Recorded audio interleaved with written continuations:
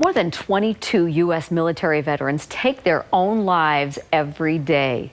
Utah veterans aim to drive that number down to zero and will raise money this weekend for suicide prevention.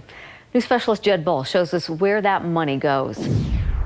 Right now, the Salt Lake VA lists 132 Utah veterans at high risk for suicide. So this weekend, these riders with the Combat Veterans Motorcycle Association will join 300 other veterans for a fundraising drive. It's called the Ride to Zero, and for them, it's personal.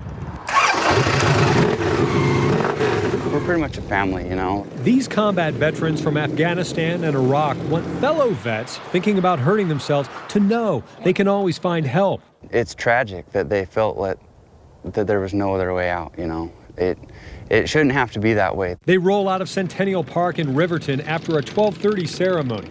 Every dollar they raise goes to the National Center for Veteran Studies at the University of Utah. According to the VA, 76 Utah veterans attempted suicide over the last year. 14 completed suicide. That's not something that we can sit idly back and do nothing about, you know, and that's part of why we're doing this ride. A year ago, it was a shock because Ryan Fleischman's sergeant and mentor from Afghanistan took his own life. That's when it really hit home to me that, you know, tough people, you know, that go through tough problems, sometimes it's too much for them, and we've got to find a way to treat that and make a difference.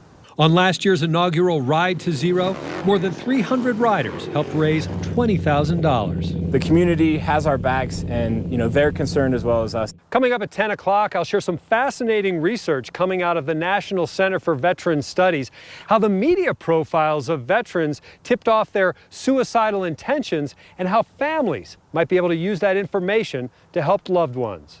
For KSL 5 News, I'm Jed Boal reporting. Jed, thank you. Next.